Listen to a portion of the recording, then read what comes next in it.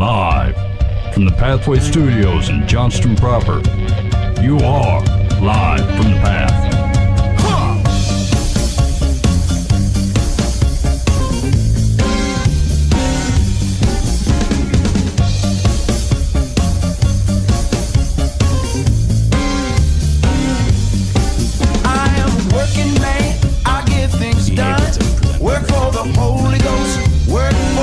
And you're listening to Live from the Path. We're coming in from the Pathway Studios here in Johnston proper.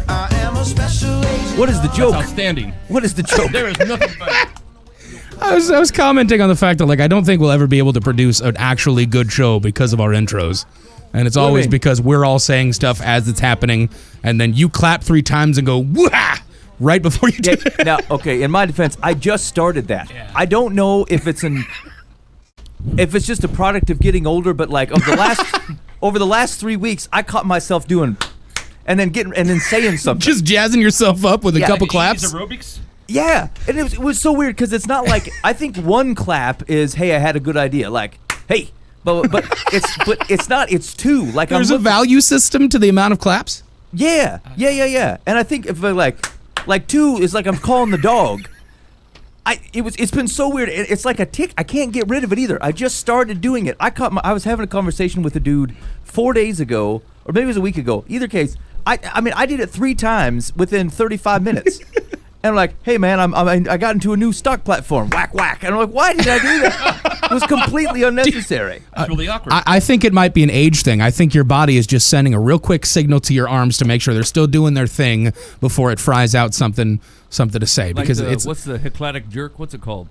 I don't think right that's when you're it. trying to fall asleep and then your yeah. leg. It's a something cladic. I think it's a mental... we are not the right show to understand that one. Because your heartbeat's slowing down and your body's like, hey, stop dying. Not yet. Yeah, it's like you're driving a long drive. It's been like 4.5 hours. You haven't stopped to go to the bathroom or get gas or get food or anything, and then you randomly start announcing things that are on signs. Yeah. It's just like Wendy's. I don't care about Wendy's. I don't care that Wendy's is there. I don't care that there's a Wendy's in this random town in Ohio. I think my brain was just like, hey man, I'm not 100% certain we're still here. This may be the end for us. I'm randomly going to go ahead and say a name of a place that I see just to test the system, just to make sure things are still firing. It's all here's what I want to know. If this is an age-related thing, are you finding yourself selecting a different style of underpants? I'm not sure. I'm still in my 20s. No, I'm talking about Ben. Okay, cool. No. As a matter of fact, I think I've upgraded my underpants. Well, Now you have to answer what the upgrade is. What do you consider the upgrade? Something that shows up a little more in my form. Now, I suppose it depends who you are, whether that feels like an upgrade or not. I was going to say, I don't do that. Can we get Amanda on the hotline? That needs to stop. Yeah, I'm not the guy that goes and shows up. Like you're doing the El Matador. Hey, here's the deal, though. I'm getting married in 3 months. This is something I might need to start working out and figuring out in this situation. It's like, there's about to be someone that's going to see me in my chonies. Yeah, you go with not skin tight until told otherwise. Oh, when your lady's like, man, yeah, I would like to see a more form-fitting underpants. You're like, I'm on it. And they'll let you know when they're. But you don't want to go. You don't want it going the other way. You don't want to be like, hey, you could go with something a little more flowing. That's bad. I'm 100% certain that I still have pairs that I had in high school, which was 10 years ago, because no one sees me in my chonies. It doesn't matter. I'm the only one. I put my clothes on and then they don't come off until I'm alone at night. I've got this taken care of. For a wedding gift, I'm going to get you a showpiece. the old mental edition. a trophy pair, you know? Yes, I'll need one trophy pair. Oh, my Atlanta. Okay. Is that something you could talk about before marriage, or do I have to wait until afterwards? No, I mean, it's got to be a surprise. Yeah. All right, fair enough. Yeah. Thanks, fellas. You've been listening to Live from the Path. I'm real sorry we didn't get broadcast last week. This is the kind of thing you miss out on. Here's what we got going on the show tonight. It's a smattering of stuff. So, Mike's got some Pope style? I do. It has to do with. Let me think about it. I had a really good way to put it now. Oh, plausible reality. Oh, plausible reality. Oh. Yeah. Okay. That was impressive. Okay. Man, those fancy words. It's an interactive Pope style. It is. There's a quiz involved. Ooh, yeah. I'm excited to fail that quiz. Yeah, it's gonna be a pretty good time. Yeah. Okay, so we got a quiz. We got a quiz coming from Mike. Boova at least intends to interact with the Pope style. Yes. But then you also had a question. I have a question about TikTok, actually. I don't know if the listeners to our show also understand that that's a platform that exists in the social media world today. I'm all over it. But TikTok evangelism is something I want to talk about because there's just this weird subsection of like pastors and random people that are professing their faith in Christianity and all this different stuff, and then people ask them questions and they do videos about it, and then I've been going live on TikTok, and then Well, most you of the put time it in quotes. Are you not really live? Are you doing it in your chonies? I only say that because that's what they call it, is you going live. Hey, you think that's too far and hip for me and Ben to grasp onto? We're going to quotes live. Not you guys. How low do you think of this group of people? I mean, fairly low. Is that a surprise? But no, we were just talking about things that happen to your body and mind when you get old. So I figured I would show a going live in quotation Going live. marks. Now, what's that mean in electric what terms? is live? How does that perform? What's radio mean about that? No. So going live on TikTok, and then a lot of people have questions like about my faith because I'm not, shy about saying like I'm a Christian, all this different stuff, and that's my beliefs, and I've made videos about that. And then people randomly ask me on lives like, well, if you're a person of faith, like, what do you think about blank?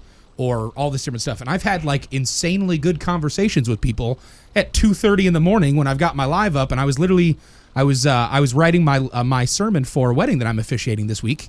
And I was live and I was reading my Bible and looking up a couple things, and then people like they saw I had a Bible out and they were like, "Oh, well, you're a Christian. What do you believe?" And I'm like, "Well, great. Let's have that conversation." Wait a minute. So live, is that like a webcam? That just watching Kind of, you read yes, the exactly. Bible? So what people? It's interesting. In your skivvies? I'll explain it fully when it's my turn to talk. Okay. I can't wait. Okay. Well, there we go. And I thought there was something else. Oh, hey man, there was a cool story. Here's the deal. There's a lot of stories I don't particularly want to spend time on because I think there's plenty of people spending time on them, and I don't know that we necessarily add to some of it. But like, I did come across something that seemed relevant to something that I think Dan was involved in. There was an article in the Christian Post said Barbecue Baptist Church serves gospel with the side of ribs, chicken, and pulled pork, and I immediately thought, this is for Dan. Barbecue Baptist Church. Well, that's the Baptist part. It says an outreach ministry of the First Baptist Church in Navasota, Texas, called the Barbecue Baptist Church, kicked off a week-long multi-city mission Thursday to bring the gospel to first responders and medical professionals, along with ample servings of free barbecue meals. Oh. We've been through such an incredibly painful season as a country, first with the pandemic and now with this racial tension, so in a small way, we're going to do the best we can to encourage people and lift them up. From June 11th to 17th, 23 barbecue enthusiasts from the ministry will make 17 stops in Texas, Mississippi, Tennessee, Missouri, Arkansas, and Oklahoma. Well, they will serve up Bibles and brisket, prayer and pulled pork, redemption and ribs, church and chicken, and salvation and sausage! Exclamation point. That was rough. Yeah, I mean, that took a weird... Hey, you can count on the church to take a good idea, the gospel, and then do weird stuff with it. Salvation and sausage. Yeah. You should buy a pew. It says, like TikTok. People are fearful. People have lost their jobs. The ministry was birthed in the small town of just under 8,000 people in March when the coronavirus hit and toilet paper became scarce. Was it called barbecue at that point?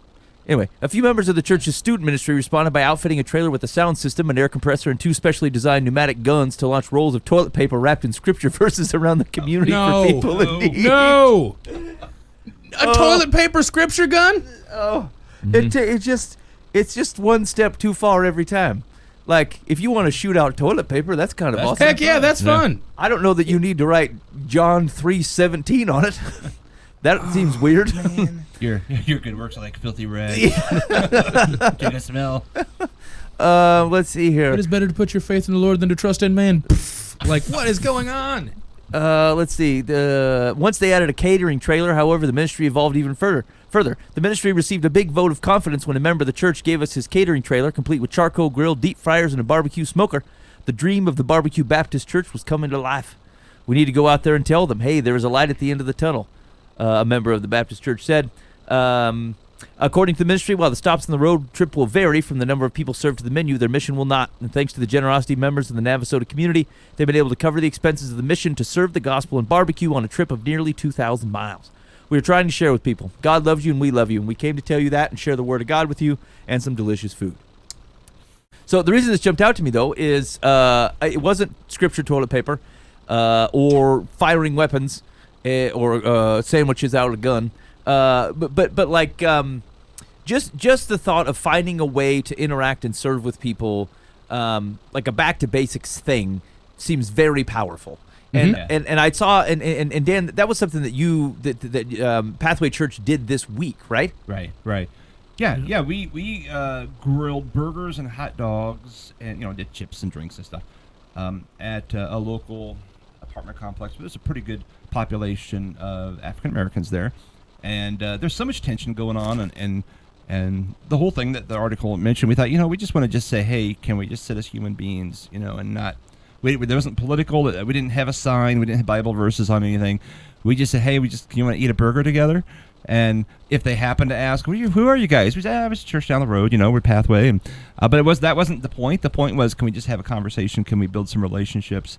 I would rather build a relationship that could lead to discipleship than to throw a Bible verse at someone and then go to the next city. God bless them for what they're doing.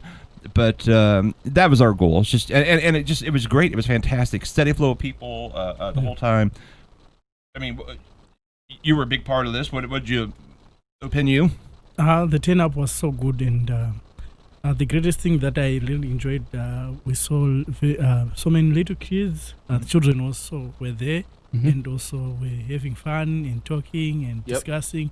So I just noticed that one kid just go back home and call his parents and said, oh, there's food for free there. Then the whole community just came, and we really enjoyed it, and we share what we have with them.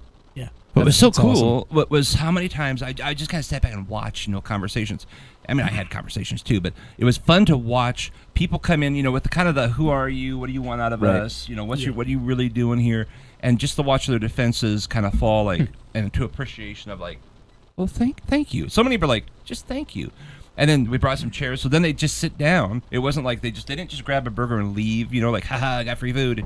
They sat down, and we just sat and talked and talked and talked and talked and laughed and had a great time.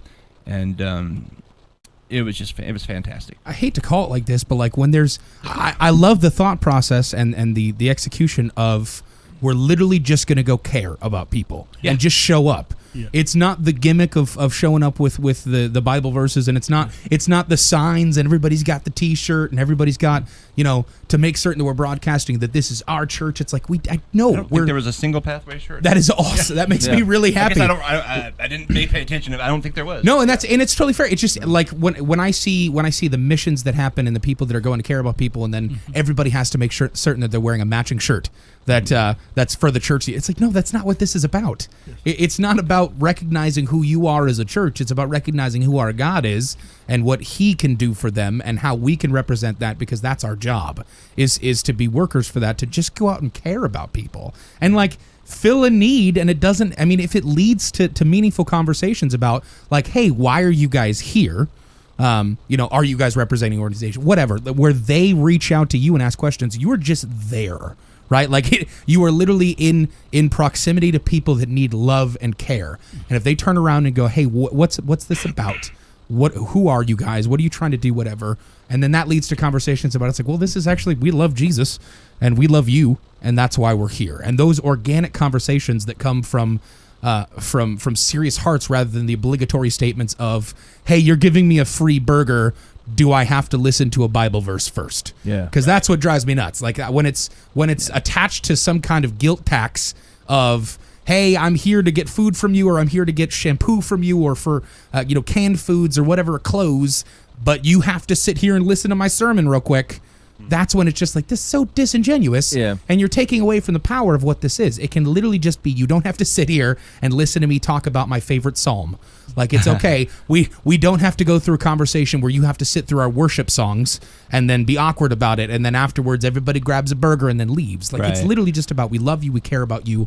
Thank you for being here. Especially if you think about like the way that Jesus interacted with people. He'll quote scripture like a machine to people that know it, and the people that don't, He doesn't. Yep. Yeah. Right? Like if you need to be smacked over the head with Deuteronomy because you know Deuteronomy, that's what he's going Yes. to do. Mhm. It If could you be a don't hammer if it know needs to if be. you don't know Deuteronomy, he doesn't bring it up. He'd say, "Hey, look at the flowers." Yeah, right. He will say it a way that so you can understand it, right? And that's we get so nervous. Like it sounds like we're pounding on churches, and the truth is, Right. it's like everybody's been in the same boat. You have this good news that you want to share, and all of a sudden you're like, I don't know how to do it. I don't want to screw it up, and then you're firing pistols in the air. You're like, I know. We'll bring the band, and we'll do a sermon because that means a lot to me, and like it's all from the best heart.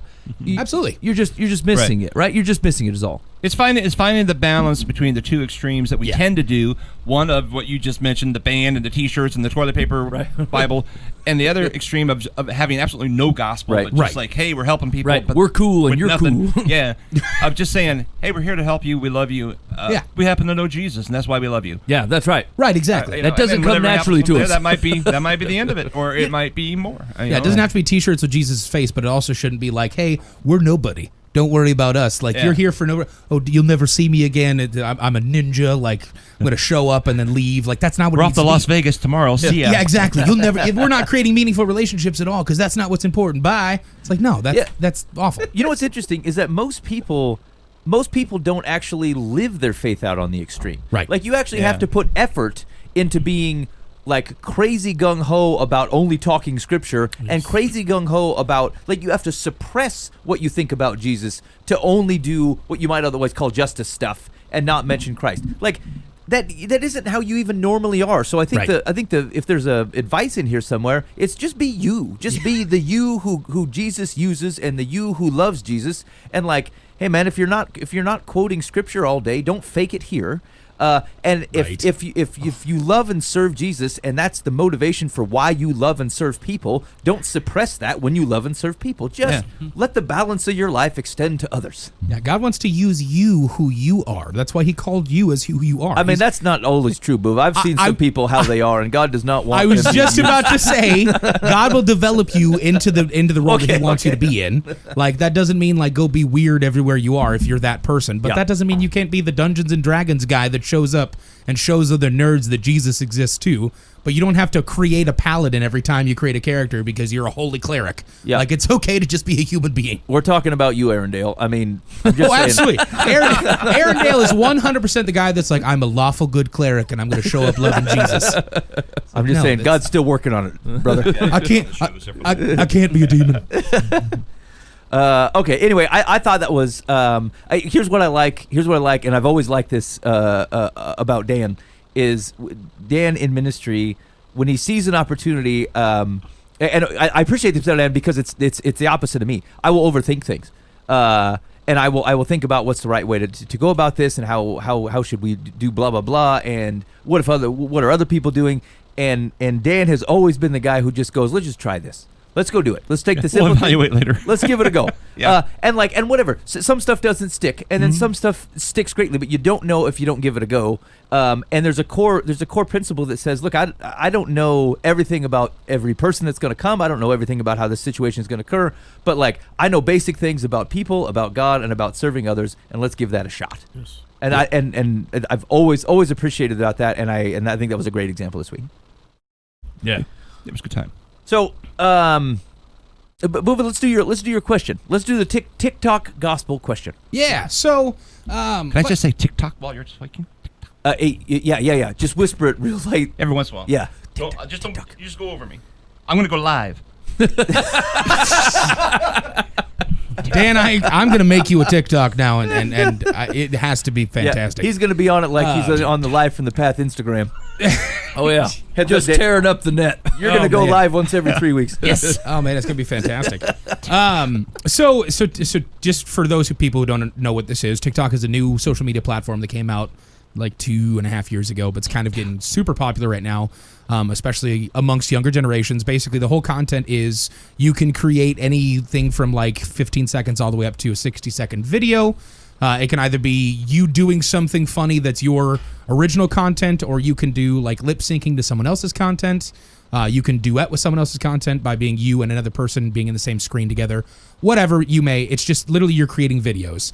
And the concept is they can go viral very quickly. Like you can do a video where you post one day and then the next day you'll have 1.5 million views and it's been seen so many times and shared and all this different stuff. You have so many followers. It's crazy. And it literally takes advantage of the concept of viral social media incredibly well. Dan, TikTok. It's fantastic. I love it, Dan. That's the most riveting part of that explanation. And so it's literally taking social media by storm in the last couple of years. It's been really cool to see. And so I have one where I've got a couple videos, and it's very small presence. I've got like 5,000 followers, and then I've got a couple videos that have more than 1,000. But I have one video that's got like 350,000 views that went kind of crazy one day, and it just blew up, right? So I go live on TikTok, and what that means is I can put my phone up, and I'm on the app, and it's live streaming what I'm doing right then and there. So wait, question? Yeah, absolutely. TikTok question. Yes, but Dan. if you can only go 60 seconds. Yeah. How does that's where I get confused. Like you can stream it live, but that's longer than. Does Right, that break so- it into 60 seconds? So no. So you have, when you go on and create a TikTok, you can do it up to 60 seconds to create a video. That is Okay. different A than pre-recorded- Yes, a pre-recorded thing that you can record over and over again. You can edit it. You can add things to it. This is great. This is the greatest marketing campaign for them ever. They're going to grab a hold of this, and they're going to go, "This is great." It's this young man explaining TikTok, and then this other guy going TikTok. It's awesome. So you can do pre-recorded stuff that you edit and whatever, but you can also just choose to go live. But you can only do that if you have 1,000 followers. Can you only do it with the air quotes? Can you just do it straight, pipe it in? So far, I've only done the air quotes twice. How long can you go live for? As long as you want to. Just so you can go all night. You long? could do a 24-hour stream Wait a if minute, you so want we to. could TikTok the show? Oh, absolutely, yes. So here's the deal. Here's where my thing Well, you're comes the from. worst social media ambassador we've ever had. I can't. really hot. The funny thing is, I not got for us. I got banned from TikTok lives this last week. Oh. That's where my question was going to be. Okay. So I do them, and I've done probably 10 so far that are anywhere from 30 minutes to I've done one for like 3.5 hours, honestly.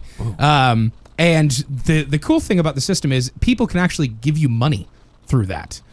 So there's a token system where people can like give you these tokens that have a certain amount of value, and then you can actually like take and you can deposit stuff from your TikTok account to your PayPal account, so you can get paid to do this. You're like, yeah, tokens. Sign me So up. just because there's random people that hop onto my lives and like watch me and listen to me doing whatever, whether I'm answering questions from people that are my followers, or people that are randomly coming on and saying stuff, or people will randomly call me fat on there, and then I'll start there and talk to them because I love when people do that because it makes me laugh. And they randomly toss you coins like the guy busking in Yes, the skywalk? absolutely. Yes, that's exactly what it is. So people can come on, they can give you tokens that are like emojis of different values. So you can give like a TikTok, which is the name TikTok, and it's worth like 10 coins, all the way up to like one person sent me like 50 pandas. This And is the nerdiest thing I've ever it's heard. absolutely nerdy. But Any Bitcoin? here's the Yeah, deal. wait a minute, does it I have, translate to actual money? yes, I have $40 sitting in my PayPal account right now from TikTok. That's more TikTok. That's more money than I made So- being me. Right, yeah, exactly. And so it's just me going on there and randomly people ask. So the one video that I posted that went viral was about my weight loss. And so a bunch of people like commented on it and shared it and like liked it, everything like that was crazy. And so I have people that will hop on my page and ask me how my weight loss is going. I've done workouts on live before, where I've got like my dumbbells and I'm just doing workouts because I wanted to do it anyway, and I figured I can answer people's questions on my cool down time. And so people will hop on, they'll ask me questions, they'll go, "What are you doing? You know, how have you lost your weight?" People will randomly say, "I'm a person that wants to lose weight. Do you have some words for someone who wants to start?" And so you can be super like encouraging and You stuff tell like it that. to go one way and then you go the other. And so that's kind of where most of my revenue from it has come from, is like I'll randomly give people advice, or I've had people hop on and just be like, "Hey man, I'm about to start high school. Do you have any like advice for someone that's going into 9th grade?"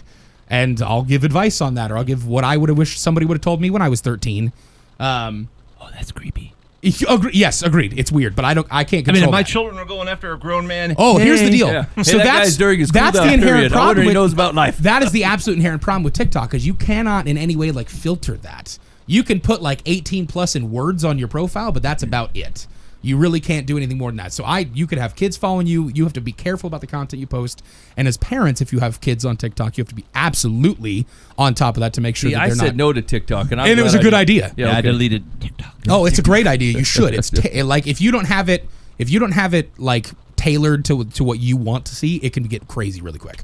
But the thing I wanted to bring up is that there's this weird growing amount of people that are using TikTok for lack of a better term, what I'd call evangelism. People are popping on and asking questions. There's one dude that I follow that's like, all he does is revelation studies on TikTok. So he'll answer questions about. He's totally, in my opinion, wrong on most of it. Of course he is. And is 100% like or what is it, the woman coming out of the sea, or what's the woman coming out of the sea? I can't remember exactly. The harlot or whatever. He thinks is America. And in so many different videos, he'll like explain where Jesus is talking about this. Well, that's actually a callback to exactly who we are in America. And the mark of the beast is like this, and they'll control the way that you can buy products and stuff like that. That's what America is doing now, and it's rough. But there's people that go on there that are just like, yeah, I'm either a pastor or I'm a believer, and I want to talk. So I've had the experience where people will come onto my lives and start asking me questions about my faith. And it's turned into some seriously good conversations, like surprisingly good conversations, actually, because I thought it would just be high level. Oh, you believe in Jesus? Well, what do you think about? Blah, blah, blah, blah. And then it's just like, okay, cool, thanks. We can have this conversation if you really want to, but whatever. But there's been plenty of times where people come on, they're like, dude, what's going on? Like, you say you believe in God. Why would God allow what's happening right now to start happening? Like, why would God allow people to be dying from the coronavirus? Why would God allow what's going on with the racial situation in the whole world, but really being spotlighted right now in the United States between systemic racism and all this different stuff? Like, people ask questions about that, and it's been super cool to be a part of that. And my only question for you guys is that, in your opinions, is that something that's valid? Like, is that a valid form of doing this, where people can actually truthfully talk about Jesus in a positive manner and do this kind of thing? Or am I just, is this useless for me to do? And it kind of doesn't affect me now because they banned me for life. For life? Yes. Why did you get banned though? I don't know. I haven't been able to figure it out. So it was last week I was on a live, and it was when I had my Bible in front of me, and I'm listening to music on my computer, and I've got my phone sitting on my computer, and then people can hear the music in the background, and then they're listening to me talk, and I'm reading through the Psalms, and I'm reading through the New Testament, and looking for verses that I can use for my sermon on Friday or on Saturday that I'm doing at the wedding. And my tagline is writing a sermon for a wedding, because you put a tagline for like what you're actually doing, and then you could put a picture. So that mine is a picture of my Bible, and the tagline is writing a sermon for a wedding. And out of nowhere, after like 2.5 hours of doing this, answering questions, giving positive messages to people that are just like, hey man, I'm in a rough spot with my weight loss, or I'm in a rough spot with my girlfriend, or I'm in a rough spot with blah, blah, blah. And I always answer that stuff, and I always talk to them about that. Out of nowhere, I get kicked off the live, and then I go back on, and it says you committed or you broke community guidelines twice. This is a serious major offense. This account is banned from doing lives forever. Permanently banned from doing lives. And I've asked the administrators of TikTok through their app and through their email to give me examples of what happened and why I was told this, because it's got this timestamp of like at like 2:09 in the morning, there were 2 infractions to the community guidelines, and you've been kicked off forever. But they don't tell you what the infractions were, and they don't tell you what's going on. All I was doing was literally reading my Bible and talking to people about Jesus. And so that just kind of got me weirded out too, where I'm like, I wonder if I got reported by people because they associated with talking about Jesus with some kind of hate speech, which has happened on a lot of social media platforms. Ooh, sure. And so it's interesting, but like, I'm interested in what you guys think as being people who don't really utilize it. TikTok, I love it. Is that something that's a viable? Is it a viable form of talking to people about this? Is it a viable form of discipleship? I don't think it's a viable form of discipleship, because I don't have the ability to like spend time with these people and build them up and stuff like that. Like, it's literally they show up. It's basically like shooting a roll of toilet paper via possibly, and that's my question. Yeah. I'm not sure. I think you got to call it for what it is. I'm not sure it's different than a traveling preacher. Fair enough. Right. I don't think that creates disciples. Oh, absolutely not. No, right. And so I think if you recognize that there's probably an understanding of. I mean, the whole web is that, right? Yeah. The all social media is that, and so even our show is that. if you want to think of it that way. We're not here to replace the local church or otherwise infer that we are capable of helping you. Like, we can help answer questions. We can give you visibility into what it's like for us to try and follow Jesus faithfully. But it's not the same thing as being someone's church community. Right. And so as long as you keep it for that and know that's what it is, then I think that's fine. And it could be a seed along the way that's Right. been planted that Right. God's big enough he can take a TikTok live video and go, don't forget that, dude. I like how you act. It's like it's already in the negative. Maybe God will redeem it. I don't agree. I don't feel that way at all. I don't think the goal is trying to usurp the position of the church, but Right. like having someone available to. I mean, anytime somebody says, "Hey, I have this question about life or Jesus," having a guy there to answer it. I mean, I don't know. I don't see any downside here. No, yeah, that's what I'm saying. It's like I think you would always encourage folks to connect to a broader community, just like we would. Right? Yeah, exactly. Yeah. But I don't think anybody saying it's down or bad. It's just not necessarily. Yeah. To answer the question, it was not like legitimate discipleship. Yeah, I am. No, that's fair. I mean, I agree with that. But I was gonna say I am surprised what happened to you. I knew a cat who was on TikTok and he had 9 lives before he was gone. Hey, I'm going to go ahead and announce right now that I'm actually leaving the show. Disgusted. I I'm wrote- disgusted by And this. I was on the fence about whether or not I would ever come back on the show. I even wrote that down. I typed it up. I thought of it 5 minutes ago. Ben went ahead and made that decision for me just now. I knew a cat I will who was never on be back. TikTok, and he had 9 lives. Ben, we heard it the first time. You didn't have to reread it. were the lives in quotes? Oh, That's man. 515-517-0085. That's the complaint line, except for I need your support. I mean, we've been on the air for 23 hours. We're raising lots of money for a good cause, and I need you to tell me that joke was funny and support me in this. You can vote with 4 pandas. We're talking to you, Arendelle. Panda. Arendelle, if you can Panda, hear Panda. me, I really hope that you Arendelle show doesn't up. listen to the show. And I know he doesn't. No, but he sure acts like it when he comes in here. Yeah. you Hey guys, do watched great you work. last week. Arendelle, we can keep track of our views. We know you did not watch us. We know you don't watch this show, Arendelle. Hey man, I watched you that one time. Yeah, that's because it was the show you were on, and you went back and watched it. You were talking about Jesus and stuff. Yeah. Oh, man. All right. Oh, so I don't know, Boova. You think that answered the question? Yeah, I suppose so. I think I was not trying to like present it as an option for discipleship. You can't develop relationships with that kind of stuff. But like I agree with Mike. Like I think it's cool, and it's not me just doing it. Like there's plenty of people doing this. That's why I asked. Yeah. I think it's actually super cool when people, especially, you'd be surprised at the following that people get on this app. It's crazy that people go on there and make a couple videos of them just being themselves and having fun and being goofy. And then out of nowhere, they've got, 500,000 followers and are starting to make money off this stuff. Like there are people who have millions of followers that were working jobs now do not work anymore.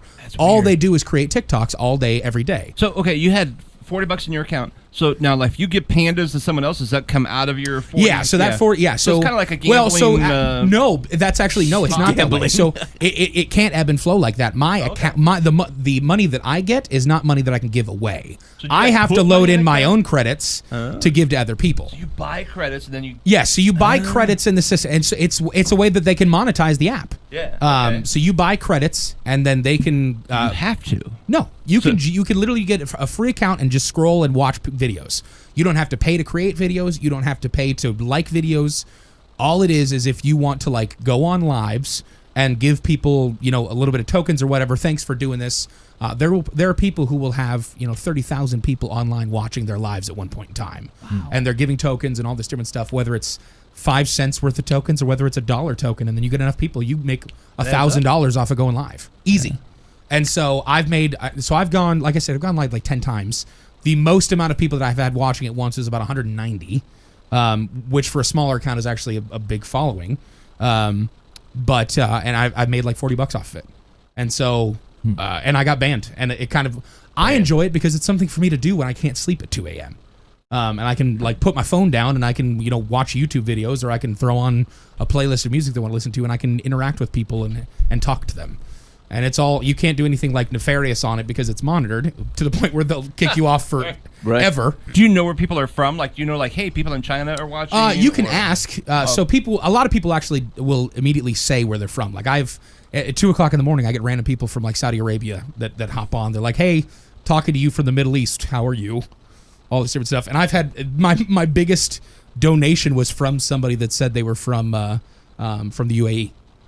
Somebody randomly hopped on and said, hi, from UAE. What time is it where you are? And I'm like, it's like 2:30 in the morning. And they said where they're from and what time it was. And then 5 minutes later, this person was giving me probably $7 or $8 ultimately off of like just random tokens they were sending. And so it said like, this person sent you 150 roses. And I'm like, that was creepy, but thanks, appreciate you. And then you can see in your live stream, you can see the people that are chatting to you. You can see if your friends are on. So if it's people that you also follow, it shows up as a different color in their username.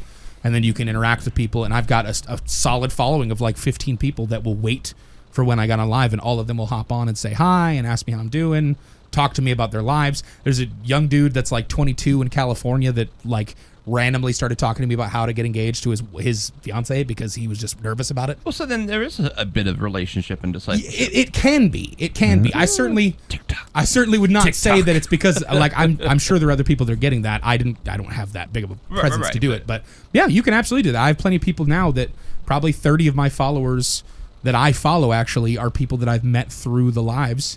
That I like, they'll tag me in videos or they'll message me. They can DM me directly if I follow them.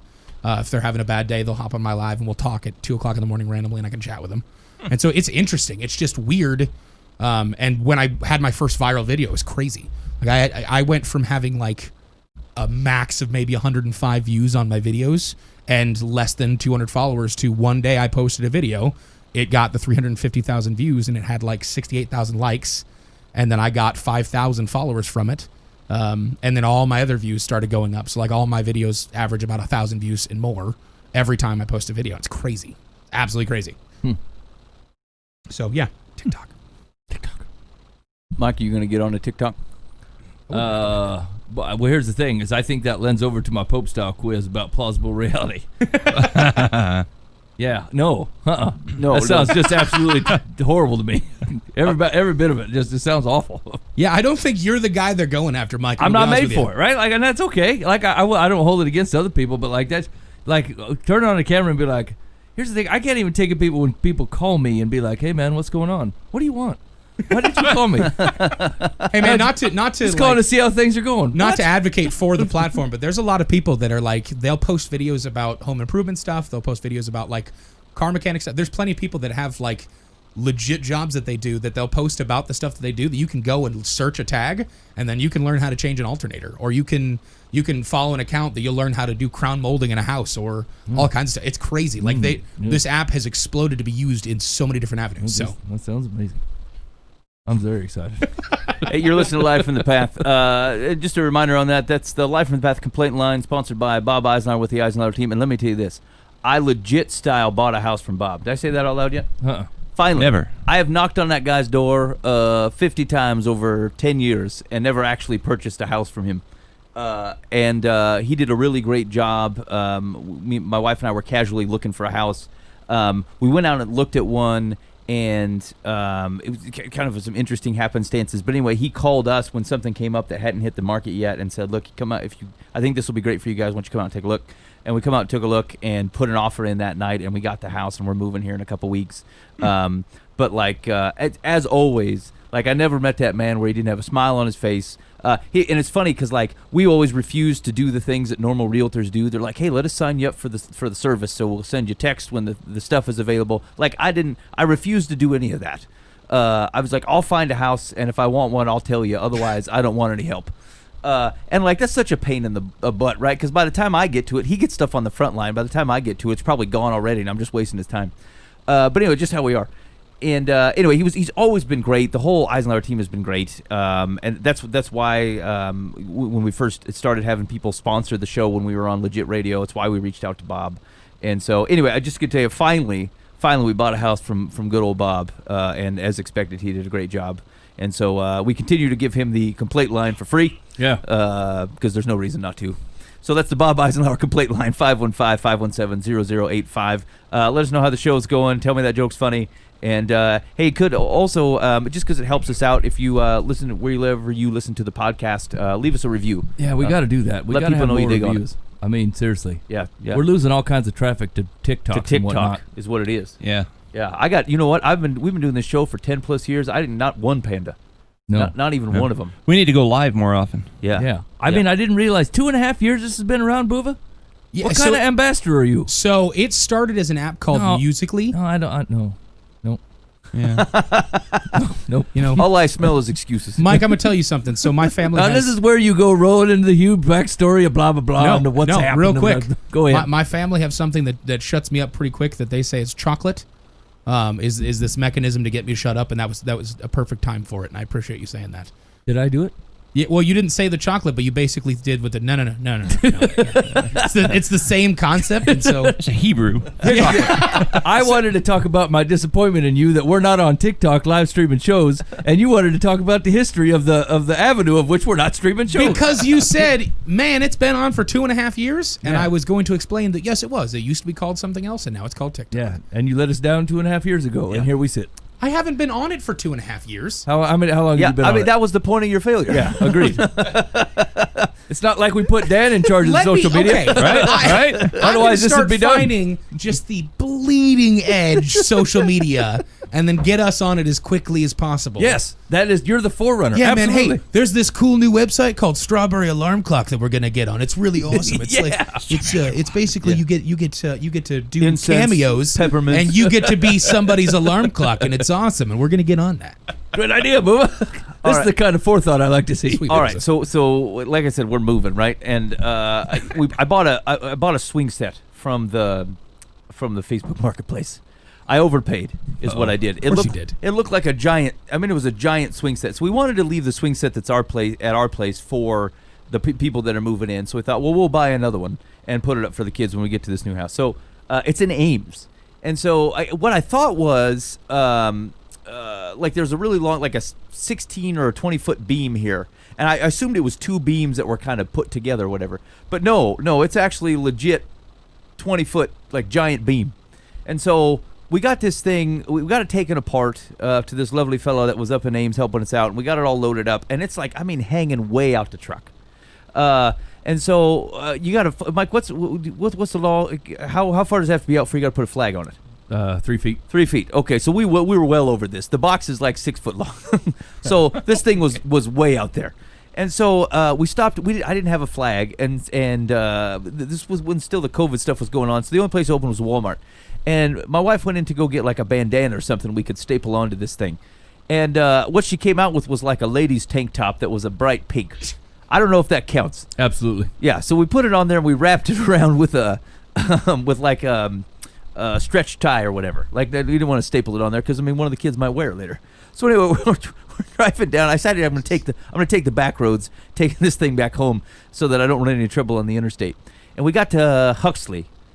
Between here Ames and here, I got pulled over by this local Huxley officer or whatever. And so he pulls us over and he knocks on the door, and I thought, like, this is going to be easily explainable. I just got the truck. There's no plates on it, right? So I got no plates. This is a very nefarious situation. And it's got a giant beam hanging out the backside. And like, here's the deal: is I told my wife, hey, I don't want to go this way because my only memory of driving the back way between Ames and Central Iowa was when I was in college at Iowa State for like 4 months. And I got pulled over then too by a Huxley cop. And so like I knew this was going to happen. So he pulls us over and he knocks on the door and he's like, hey, I just pulled you over because you didn't have any plates. And I said, you didn't pull me over because of the giant beam sticking out the back? He's like, he goes, no, you had a tank top stapled to it. I thought, well, that's great. He says it's the wrong color though. I said, all right. So I gave him the paperwork, and he brings back the paperwork back, and he's like, everything's fine. Just that's sticking out quite a long ways. Like, be careful once you stick to the back roads. I said that's what I was planning on doing, and he said That's why I'm in Huxley. that's why we came through this way. And he said, by the way, is that for the platform? I'm like, what? Is that for the platform? What do you mean the platform? He's like, for the Pope. I'm like, what? Platform for the Pope. He goes, the Pope is in town, and given that, I thought maybe you were part of the guys who were building the stand that he's going to be on, and that's why you had this giant beam here. And I said, well, I'm honored, sir, that you would think I would be the guy who creates the platform for the Pope. But no, that is not what's going on. He said, you should check it out anywhere. I hear he's in Pleasantville. And I said, well, I might as well see what's going on. He gave me the address, and I'll be doggone if it wasn't Mike's house. Yeah. And yeah. And so, assuming the platform was already taken care of or there's some sort of nefarious joke, I went out there, and sure enough, there's like a large group of people hanging out on his lawn. And he had let loose 2 donkeys, like who were like snarling and stuff to try to keep these people back, but they refused to go anywhere because they thought that the Pope was going to be there. And so I went to talk to Mike. I said, Mike, what are you going to do here? He says, I think the only way to get them off the lawn is to give them give the people what they want. They want the Pope. And do what the Pope does. The Pope walks out on the veranda thing, and he makes the wave with his hand, and he gives some sort of advice. And he goes, but you don't want to waste it because they're already listening. So I've got to give them something that gets them off my lawn, but otherwise might be helpful for them and be genuine, like something that might apply to me too. So, Mike, what did you tell him? So I started off with a quiz, and we'll take the quiz, right? I'm ready. So how many of you guys know someone that has cheated on their spouse? And when you found out about it, you said, no, that didn't happen. There's no way there's no way they did that. And then you went to talk to them, or you learned more about the story, and it turns out that they did. Ben? Yes. Boova? Yes. Dan? Yes. Opinion? Yes. Yes. Yes. Okay. How many people do you know, or do you know anybody that you have found out that someone that you were close to or someone that you know, they had sexually abused a child, and you said, no way. That I know that did not happen. There is absolutely no way that happened. And you found out that it did. It did happen. Ben? No. Boova? Yes. No. No for Dan. Okay.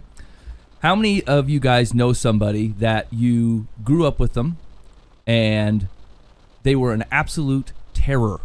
An absolute terror. And someone told you that they had met Jesus, and you said, I don't know, maybe. Only to meet them, and they had. And it had completely changed their life around. Ben? Yes. Boova? Yes. Dan? Yes. Okay. So, the reason that I ask those questions is I was trying to figure out how to explain plausible reality. And the reason that I think that it's important to what we're talking about is like there are a giant slew of things that I just flat out would not believe happen. Only come to find out that they do. And the only reason that I don't believe them is because they're not plausible to me. They don't happen to me, right? Like I never see them, and so like it barely happens to people that I know. I mean, it's that marriage thing, the child thing. The Jesus thing, all 3 have happened to me, where like people said, "Hey man, yeah, so and so, they're leaving their spouse and they've got a girlfriend and they're out." I'm like, no, that's ridiculous. That is impossible. There's no way that happened, and it certainly did happen, and I was flat out wrong. So I was thinking about a lot of the things that are going on, especially in America, and I think a lot of the things that we're arguing about have a lot to do with our plausible realities. Stuff that I think doesn't happen because it doesn't happen to me. I couldn't even imagine it if it did, right? Where I can say go for a job interview and I can't imagine race would ever matter. I can't imagine that because it never happens to me. Where there is an entire population in our country where they can't believe that it doesn't. That their only experience is that it definitely matters. And it happens to them all the time. And so we have large groups of I can't honestly plausibly imagine that the law enforcement in our country can't be trusted. I've never experienced a thing where they couldn't. There's an entire subsection of our population that's never experienced a part where they could be. And so a lot of the conversations that we're having, if we can just huddle together as the folks, right? We're not talking about the fringe folks that just like to yell and be angry and stir up evil, right? The devil gets a foothold and he's willing to take the closest mouthpiece and let it come out in the grossest, most obnoxious and half-truth way. If we can move those off to the side and we can look at each other for a minute and go, what we're talking about is our realities. and the things that we can perceive and the things that we can't. The things what it's like. A lot of we were talking about right now. They're pitting two things against each other. They're pitting African Americans and police officers against each other, like they are definite and pronounced and all this or all that. You absolutely know that is not true. You know that, and so there are parts of you, especially as you scroll through your social media, that you'll start to tailor off one way or the other, and you're like, oh yeah, that's definitely right though, or yeah, that's definitely right. You're being sucked in by your own of what cognitively of what you can take in of your plausible reality, because it's yours, right? And so I think we were talking about this a little bit before the show started, especially Boova and I were talking about if there is any space for the fellas in this room to add or take away to any of this conversation. And to be honest, I don't know that there is. I honestly don't know that there is. I get sidetracked on 1,000 different things. I can't ever nail down what I feel or what I think. I feel like I'm being lied to in 6 different ways, and I can't tell the difference. But what I do know is that my plausible reality, the things that I believe to be possible, that's not consistent with every person in this country. And it's not consistent across every race, every section of the country, every town, every culture, everywhere in the world. There's places in the world that the police, the authorities cannot be trusted at all. Never could be. And that's hard for me to imagine. That it really is. It's difficult for me to take that in. It doesn't mean that it doesn't happen, and it doesn't mean that it doesn't true. And so when I start getting in pithy arguments with people that have actually lived a different reality, I'm not talking about actual reality. I'm talking about my plausible reality, the things that I can imagine to be true. And what I couldn't imagine to be true is that guy would cheat on his wife. And boy, was I wrong. What I couldn't imagine to be true is that anybody would do that to a child. And our jail logs are full of examples of where I am wrong. I can't imagine that a God would know all the things that he knows on me and pay for that with grace, love, and mercy, and put me right next to him. I have a hard time with that. And so it's really shallow of me to believe that only what I can take in with my version, I can't even say version, because it's still reality. It's just my plausible reality. It's the thing that I can find tangible. And that doesn't mean that that's the same for everybody. And you have got to know that's true. You have got to know that's true. You have got to know that's true. And that's not about shaming who you are or what your plausible reality is. It's about not shaming somebody else's. I don't think there's any reason for you to go, I had no choice in the reality that was put around me, and therefore I am this way.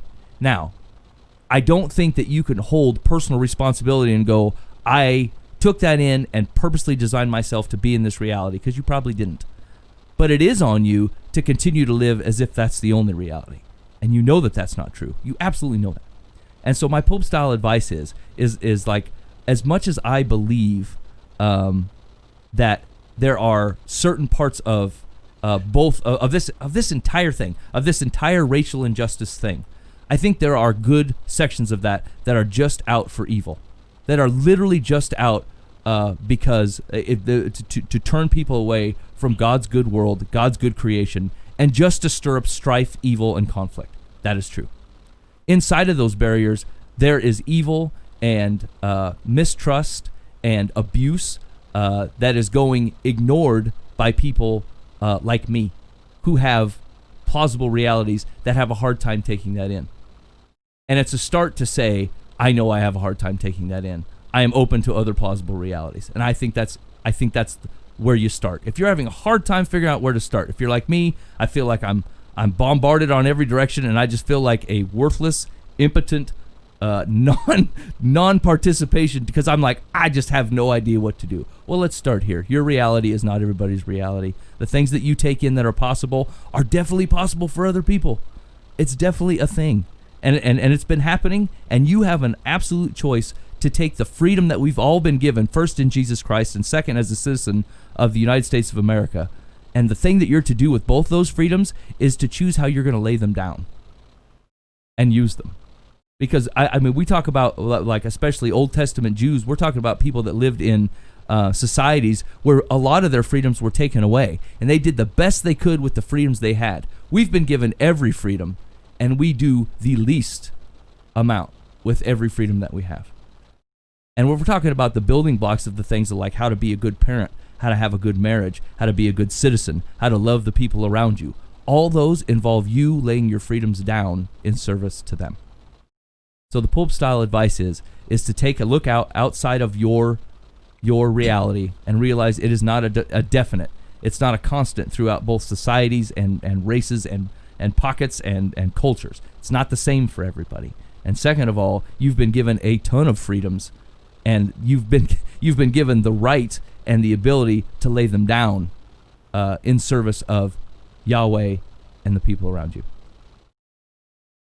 I saw a video today that from a news channel, so it's like a legit, video of those two sides. You had a African American leader in protests, very vocal against the police, and then the police department invited him to come to one of our trainings. We just want you to see, because a lot of it's like we need to de-escalate, and some of the answers that if you're not an officer, you think, okay, this is what you need to do, right? Anyway, and so they put him through it, and like every scenario, he shot the guy. The African American did, and they talked to him afterwards, and he was just extremely humbled, saying, "I've never put myself in this position of the guy who was acting like, just casing out a car, and an officer comes up, hey, is this your car? Oh, and he's just trying to talk. He walks behind the van, pulls out a weapon, and in that scenario, anyway, yeah. the guy always shot first, and he didn't say it's okay or anything like that, but it was sure. like it was helpful for him to go, it was my life or the other person's, and he said it changed him. It changed him. Now, yeah. I don't know how, on the other flip that, I don't know what you can do on the officer's side to put them in a situation where they're automatically suspected, because of their color, because sure. they have a uniform on, you're all, whatever. Correct. Because there's room for both sides. Absolutely, there is. To be humbled and say, exactly what you've been saying. It's like, yeah, I'm only living in my blue world, or I'm only living in my black world. And for that to mix, it's I think it was so healthy to see that. And the guy, like I said, who was leading these protests, going like, I need to rethink. That's the thing. It's like I think that we can. It's humility. It's all humility. Yeah. I think everybody can humble themselves. And here's the thing: is the place where you're coming from? I don't disagree with. It doesn't mean you're wrong. Right. That there's police brutality. There definitely is. Absolutely. There is definitely racial profiling. Yep. There's definitely an imbalance. Yep. None of those things are wrong. Right. But once again, I think what we're talking about, especially, I was thinking about something from the police officer side, is like I was reading. I looked up this statistic on purpose, right? But like it's like 75 to 80% of all the serial killers in the last 50 years have facial hair. And like if you were going to our white Caucasian 20 to 30-year-old, facial hair, right, usually white dudes. That's me. That is me. Yep. People should be suspecting me of things based on my appearance. And here's it never happens to me. Never happens to me at all. So here's the thing: is like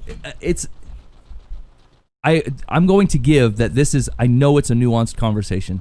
I know it's deep, and the reason it's deep is because there's some very deep hurt coming along with it. Yep. That's why it's deep, right? Like if we're talking about actual logical things, right? Like if you treat people the way that Jesus told you to treat people, we're good here. Almost all the way around. We're solid, right? But because people have not done that, and there is deep hurt coming from both sides, you cannot just wash it away and act like the deep hurt doesn't exist, because the problem can be fixed with a piece of legislation or a new brand of thinking, right? Like the deep hurt's still there, and it has to be addressed, and Jesus definitely addresses your deep hurt. So who are you to decide that we're not going to address those? And so, once again, I realize we talked about this and like trying to decide whether we can add or take away from this conversation, or if we're even the right guys. I think I know where we can start. Let's put it that way. I think I know where we can start and try to take a different look at realizing that, like, I was talking to my wife about this. I don't worry about walking home at night ever. Ever, ever, ever. Walking across the parking lot, walking across the street. These never concern me. It concerns my wife. when she's walking out by herself, this is a thought process I would never have. And that doesn't mean that it's not true for her. And so, like, once again, it's a plausible reality. The things that I believe to be possible because of the culture or the demographic or the skin tone of however I was raised all come up to this thing of where the things that I believe that can actually happen. And mine are different. And I have to be willing to set those down and go, I'm open to everybody else's being different too. Tell me what happened so I can understand better. And I think that's the start. This has been super interesting from start to finish for me because I'm literally at the top of most of the classes that I find myself in. I am a straight white man that is in his 20s. I am the most privileged section of people on the planet. It's just straight up truth. Like, being a white man alone, being a young white man, like, it's just, I don't run into this. I do not run into profile. I've been what you would call profiled once in my entire life, and it was because I was a big guy. I got pulled over and I had a gun pulled on me immediately because the guy thought I was going to hurt him because I was 3 times his size. And he even said that to me. He goes, "I need you to get out of the car, put your hands on the hood, and stay where you are." And I asked him what was going on because I was literally pulled over because I didn't have tags on the car that I was in, or I had expired tags. And he arrested me and threw me in the back of a cop car, hogtied in zip ties. And he said to me, he was like, "You're a big guy. I don't want this to turn into a thing." And I'm like, "Okay, what?" That's the first for me. It's the only. Seems like it's a thing right now. Yeah, it's literally, that's the only situation I've ever been in, that kind of stuff. And so, like, I can't speak from the perspective of truthfully being profiled in any way, shape, or form. I just haven't. I've lived a very privileged life, and I recognize that. And so it's just been so interesting because, to me, like, I want to be an ally for people. I want to be someone that recognizes that, like, the authority that I call to is not America. It has nothing to do with the nation that I follow or am a citizen of here. I'm a believer and a citizen of the kingdom of Christ. That is who I call upon as my leaders. I'm not American nationalist. I love the country that I live in, and I'm thankful for the freedoms that I have. But more importantly, I'm a person of the kingdom of Christ. Like, God is the one that I call on as my leader, right? And so, but I mean, I've been trying to get involved in any way that I can from the perspective of, like, being someone who can help. But it's so crazy because the people that I want to help, a lot of them, and I cannot in any way, blanket statement this, but the animosity that I get just being a white guy from people, because inherently, because of my skin color and because of my being white, I'm white privileged and I'm racist, is what I've been told. Just by being white. It has nothing to do with my thoughts. It has nothing to do with where I grew up. It has nothing to do with where I lived. It's nothing to do with my circumstances now. It's only because of the color of my skin I'm racist. And if I tell you I'm not, because I don't believe that I'm racist for saying that I'm not racist.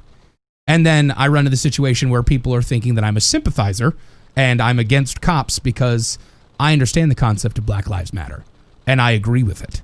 And I've seen a lot of this happen. And we are being drenched in all kinds of content that is just, this is a systemic thing. And I've never heard such an argument for the concept of systemic evil than in this before my life. Just like there is literal inherent evil in big systems that can happen.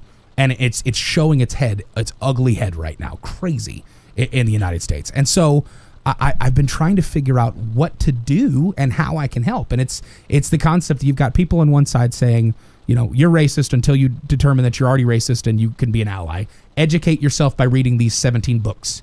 And then once you've read these 17 books and read these or watched these documentaries on Netflix and then watched these speeches online and then gone through these classes, then we can finally start the conversation of how you can help. And I'm like, I don't think you have time for me to do all that before you need my help. I want to stand, but then I'm told if I use my voice, I'm drowning out the people that should be talking. And so there's no scenario in which I can be helpful here. But then even taking that on its head, the interesting thought process is, by me saying those things, I'll get pushback because people are saying, do you feel like you can't do anything? Shut up, dude. No one cares to hear about your plight. You're not important right now. And I'm like, I don't understand. What do you expect me to do right now? But it's interesting because I think the biggest thing, and I kind of took upon what you said, Mike, is like right now, on all sides, in all situations, empathy needs to be abounding. Like we need to take a step back and realize that the people that are involved in this are exactly that. They're people. Regardless of what side they're on, regardless of what they believe in, these are people. You know, Black Lives Matter, Blue Lives Matter, all lives matter, no lives matter. Every single person here is a person. And if we take a step back from the animosity to start actually looking at this and how we can eliminate evil and eliminate the injustices and the craziness that's going on in our system right now, like we are just in a rough spot and exist in a powder keg that literally has flame already to it. And it scares the crap out of me. Well, and we've been in a rough spot for a while. Oh, agreed. Yeah. No, this isn't a 2-week thing that's happened. That's the thing, is that we've been in a rough spot for a while. And yeah. Yep. Backing up. I think one of the core takeaways is a notion of our alignment. There is a rush, especially in circumstances like this, but it's true even outside of this. There's a rush to align. Like, I should align with. I don't want to be the person who doesn't align with this group, or this political party, or this way of thinking. And there are a lot of external pressures. But to Boova's point, right? Hey, if you don't come out and say this thing, then I think you hate the police. If you don't come out and say this thing, then you're an inherent racist in the beginning, right? Like there is. Those are false pressures. Yeah. They're false. They're human pressures. They're human. It's humans saying, "Here's our human program. Here's our human kingdom. Align to its values, or we will hurt you, or we will punish you." From a Christian perspective, you don't need those at all. They are irrelevant to your existence. The label that someone puts on you, are you with this group or not this group, this political party or this political party? They are irrelevant labels. You have no pressure to align yourself to a label of a group of people or a movement of people one way or the other. What should drive you to action is the label of Christian, is the notion of God's kingdom on the move. And where God's kingdom is on the move, you should be moving to. And where the kingdom movement aligns for justice, and where the kingdom movement aligns with our understanding of people created in the image and likeness of God and having inherent value and worth, then you should be aligned with that. You should be gung-ho about it. But it has nothing to do with whether you accept a label or not. And so, like, I would say this, there has been a rush, I think, from a Christian perspective to say, well, we want the name. If it ever occurred to you to think, well, I want the people of Jesus and the name of Jesus associated with this movement, stop. I want the people of Jesus aligned to the work of Jesus and the movement of the kingdom of Jesus. And wherever that is happening, under any label, we're in. And within a group of people or a party of people or a political movement where that does not align with the kingdom of Jesus, we're out. It's very simple. But do not rush. Churches, Christians, I'm begging you, don't rush to be like, boy, we just don't want to have this thing go by and have the church not associated being pro-police, or the church not associated being pro-Black Lives Matter. I know why you're thinking that, but we are pro-kingdom of God. And where any organization is aligned with the kingdom of God moving and the value and worth of people and the notion of godly justice on the just and unjust alike, and mercy poured out among his people and love poured out on people because of how much he loved us, then we're aligned with that. And so I'm telling you, you are released of the pressure to have to align yourself to any given movement. You already belong to one. You already serve one king. We have a defined kingdom. It has defined values. If we are going to live anything out, live that out. And if someone from any movement goes, hey, that aligns with us, we go, great. And if they say, hey, that doesn't align with us, we go, great. Mm-hmm. We're kingdom of Jesus people. That's what we're doing. And so here's the thing: both is a false narrative. In this broad swing of people interacting to try to make the world better, you are going to find the work of Jesus in most of them, in some form or another. And my broad encouragement is to go do that, be part of that. But don't feel any pressure as a person, as a Christian, as a church, to have to align yourself with any label that isn't follower of Christ and member of the kingdom who desires only that the virtues and the aspects of the kingdom be poured out into a world that needs it desperately. Mm-hmm. And if that relieves any stress from you of having, like, what do I do? Do that. You were always tasked to live out the kingdom in your daily life. You were tasked that last year, 10 years ago, 20 years ago, and you'll be tasked that for the next 10 minutes, 10 days, 10 years, lifetime. That's not going to change. So there you go. We have a straight shot. Let's just do that. Let's serve burgers. let's agree. This is what we always said. Like, where we agree on Jesus, we can agree to do work. Where I part company is, hey, when stuff stops following kingdom principles, I'm out.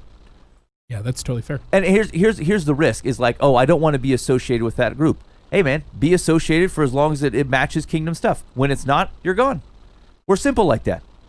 I think you need to be aware of what you're agreeing to, but that just your fealty only belongs one place, and it's the right fealty, and it's the thing that actually makes the difference. So do that. Yeah. Yeah, I think, I don't know that I can add a ton to that. I think we bring in a lot of, when we're talking about pursuing justice, I think you can't pursue justice until you know it exists, right? Like, there's no justice pursue if you don't agree there was injustice, right? And so I think we have maybe, that's where the reality thing comes in. Yeah. Is where if I don't see injustice, I don't think there's any justice to pursue anyway. You know, and so that's true. Even under the flag as a follower of Jesus Christ, like, I can't talk to a guy about the things he's involved with unless I know him. I can't tell him God's opinion on something or what God's heart is on a matter if I never met them, right? Or had a heart to talk to them in the first place. And so, I agree. I think that's real straightforward, and I like that, and I think that's easy to get along with. As long as you're doing stuff lined up with the kingdom, we're definitely in. And like it's cool. Like and maybe others, if we're doing it right, we'll use it as a bellwether, right? Where'd the Christians go? Well, they took off. We got a little out of hand. They'll come back when when it tones back in where it belongs. Yeah, we're in for that. We're out. Like, and it's I think there's just a lot of pressure, and social media makes it worse. To say, hey, if you're going to post anything, make sure you use this hashtag. So you want to be aligned to that. And if you don't, it looks like you're skipping it. It's a false pressure. It's a people pressure, and people stuff is hard. But like, we're not beholden to that at all. We're just not. You got to let that pressure go. That's true. By the time you get up to the throne and check them out, it's a foam finger, and a Burger King crown. You know what I'm saying? Like, these things that you're afraid of and bowing down to, right? By the time you get close enough to them, you realize they made this thing. It's not a legit crown. It's a foam finger, and they brought that carpet from their grandma's place that they rolled out in front of the easy chair. That's what really happened. Like, we serve a true and genuine king. And so, like, getting washed around by the waves, I'm totally guilty about this. This is the thing, right? Like, I know this. I know that I get pushed around by narratives. I was just talking to Boova earlier. It's why I can't read the C.S. Lewis books. It's because I hear one good point, and I'm like, yeah, that's definitely right. And then C.S. Lewis goes, but if you think that, you're a fool, and here's why. And I go, shucks. Yeah, I'm a fool. It's Paul. Like, Romans is that. Romans Yes. say, hey, you think this? Yes, I do. Well, you're completely wrong. Well, shoot, yeah, got me again. You presented such a valid argument. Yeah, he sets you up like a pair of bowling pins. Like, man. So, and that's it. Like, maybe we're only talking about this because I feel like I can't be the only one in this boat. Mm-hmm. Right, I can't be the only one in this boat that, like, I'm a double-minded man. I get tossed around a little bit by the waves, and I'm like, I just need a buoy to hold on to, and so I stop acting a fool here. I feel like I'm getting tossed around by the next guy with the best voice and the best foam finger. I'm like, okay, maybe he's onto something here, and he's not. He's not really, Yeah, I mean, and here's the thing. Here's a good filter. If it comes across like the basic question is like, oh, that's a great argument. Does it align with the principles of the kingdom? Yes, it does. Then I love it. That it was posted in this meme or with this image or this quote, I don't care. Yeah. Yeah, our buoy is God. Yeah, I mean, it's as simple, it's as hard as that, it's as simple as that. All right, you're listening to Live from the Path, but you've been listening For our Japanese listeners. You've been listening to Live from the Path. Double guns. I don't know what just happened. I appreciate you hanging out with us. Ben had a little tongue twister there. Yep. And then just ran with it. I don't do it like a salsa dancer. There were but no I do. interpreters. Yeah, Ben, there's definitely a problem if you're just like randomly like, Hey, Send Javier in here. the last time that motion happened was by Zach Houck. In the first year of the show, I don't know why we were playing tunes, but there were a couple tunes going on, and I was like cycling through music, and I saw him, and he made that motion. That Olay motion? Yeah, it's from our one year Life from the Path compilation. You can go out and check it out on the YouTubes. Best work like we've ever gold. done. Yeah, solid gold. Okay, let's see, Mike. We got any advice? I thought you were gonna do the Boova thing. Well, I was gonna keep it to the end. Okay, hold on. No, I wasn't ready. Okay, Mike's working on it. Hey, so here's the thing. So you got time to soak on it. So you got time to get ready. Sit down. Sit down. Need handkerchiefs. Yeah, take a deep breath.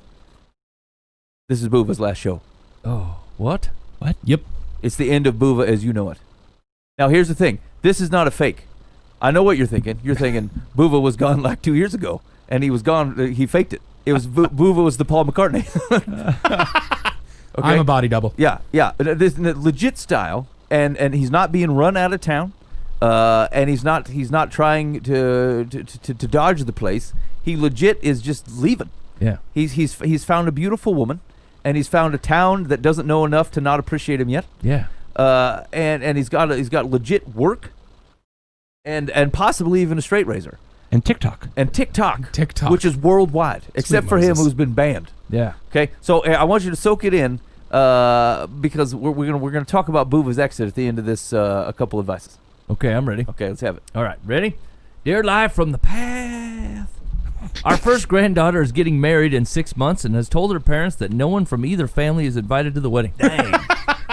They want to get married by themselves because they're both shy and don't want to be the center of attention. Mm-hmm. At first, I was okay with it, but the more I thought about it, the more hurt I felt. The confusing part about this is she wants a pre-wedding party for both families to attend. Oh, good. So I asked her to keep an open mind and think about having the party right after the marriage ceremony. Now she won't talk to me. Like a reception. Yeah. Like how everybody does it. Was I wrong to suggest an idea? My husband's now saying he doesn't want to attend any party they will have. I can't stop thinking about myself. I can't stop thinking about our daughter and how she feels about not being able to see her daughter get married. TikTok. I'm afraid I have made things worse. Yes. And I'm very depressed. Selfish. I just want to fix it so everyone is happy. Too late, you meddling cow. Oh my gosh. That was Mike! That was in the Love Life from the Path. that was at the Too tail end late, of it. you meddling cow? That's what you landed on? Is a good thing to say? I got an idea how to fix this and make it more to my liking. Wow, you really overstepped your bounds. Help. Depressed in North Carolina. Any advice? Wow. I don't know what I think yet. I was going to say, Mike came out pretty heavy-handed on that one. Here's okay. I want you to look over your life. This is Grandma, right? So Yeah. she's been married. I'm just gonna pretend it's the same guy. Yep. For a long decades, and decades, right? A long time that they've had children and grandchildren. The grandchildren are now old enough to get married. How significant in your life was that 20-minute ceremony that you're letting this ruin your family now? Right. Just let them do whatever they want. Yeah. And be involved in their life. See, even Dan's had enough. All right, I'm done. You cow. You meddling cow. All right, that might have been a little far. Hashtag meddling cow. Yeah. Nope. That's you're gonna apologize. You're gonna reach out and say, you know what, this was none of my business. If that's the wedding you want, I am so happy for you guys. I'd love to be a part of anything that you have. That pre-party, that just sounds fantastic, and I'll be there.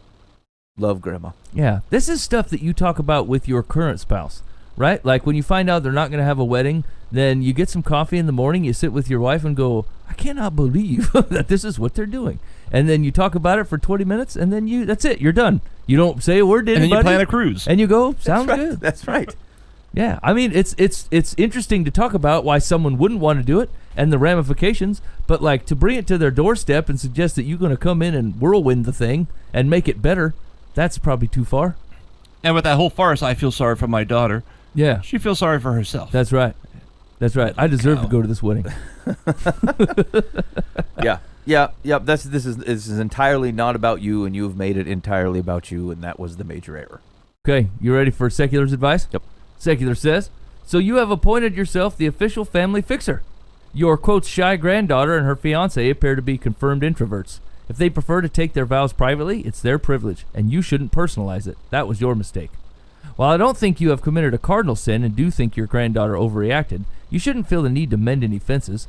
As to how your daughter will feel about not seeing her daughter get married, that is not your problem. Take a step back and let the bride and groom celebrate their day as they wish. P.S. I find it odd the bride and groom would want any party feeling the way they do about the ceremony. I mean, there's a difference between standing in front of everyone, if everyone looking at you, or having a gathering of which you are one of 50. Yeah. And people are mingling and dancing and stuff. That's not near the same problem. Yeah.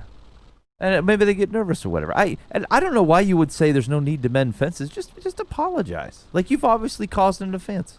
Yeah. I should have kept out of this. I'm sorry. Yeah. There was a kid. Meddling cow. My kids. Boova. My kids were not handling themselves well yesterday. They were like fighting amongst each other, and no one was trying to find a right solution. They were just kind of being snippy. And so I came out of the room I was in, and I started to talk to them, and I'm like, hey, man, like, really, no one could come up with a solution or an attempt at a solution that actually serves the other. And, like, one of the neighbor kids was over, and she raises her hand and goes, I did. And I go, shh. No, right now. Did you call her a meddling cow? And then I continued to talk to my kids. And 10 minutes later, I was outside playing with the 1.5-year-old, and this girl had come out and said something to my wife and was walking back in. And I called her over and I said, hey, I want you to know I'm sorry that I shushed you. I was trying to talk to my kids, and you interrupted something that I was trying to focus on, and that's why I did it. Do we understand? And she goes, yes. I said, just know, I'm sorry if that felt harsh. And then she went on her way. Now, I think that made her feel awkward, to be honest. But, like, did I have to apologize to her? No, I probably didn't. But I will probably do that every time. Because, like, even if it wasn't much, it wasn't her place to interrupt the conversation I was having with my kids. In that moment, we did not have a lot of context for me to address the quick rebuke that she got from me. I wanted her to make it clear that, like, I'm not angry at her. This is the reason that I shushed her the way I did, and I'm sorry if that felt harsh to her. She may not even have noticed, to be honest. But, like, it's important to me that she recognizes that I look at her as a person that has value, and that she is worthy to apologize for if I've overstepped my bounds or in a way. And I don't want her to feel like I was just trying to make her shut up, even though she may not have taken it away. So I give that example to say I remember doing that, and I remember when she walked away awkwardly, I thought, should I have done that? I'm like, I will do that 100 times. Because I don't know if that happens at home. I don't know if her parents are the types of parents that apologize to their kids when they don't handle something well. But, like, there's absolutely no reason not to apologize. I didn't handle that the best I could. I'm working on it. I'm sorry. The point still stands and whatever I yelled at you for, but I do wish I'd have handled it better. I don't see why you would tell the grandma to not. Yeah, you don't have to fix it, like mend a bunch of fences, but there's absolutely no reason at all to not apologize. I don't get it. Okay, I agree. Carry on. Ready? Yeah. One more. Dear Live. That's a TikTok live. We're firing it up. Dear Live. I can't do it. Dear Live from the Path. I've been married for 7 years, and I have 2 beautiful children. I wonder if this story would be different if their kids were okay. Yeah, my kids are terrible. I got to be honest. Kinda But the pair of them Two are like cave trolls for kids. They're like shoes, man. We I keep just them can't. chained up in the basement so the neighbors don't see them. Okay, anyway. I've been married for 7 years and have 2 beautiful children. My husband and I both work full-time, yet I do almost all of the household chores. Oh, no. I have asked him repeatedly to help ease my workload and stress by dividing the chores more equitably, but my requests are met minimally and temporarily. This has caused arguments, tension, and resentment. He says, you and I value different things. Or, this isn't what I want to focus on at home. Or, your standards are too high and have negatively impacted your relationship with our kids.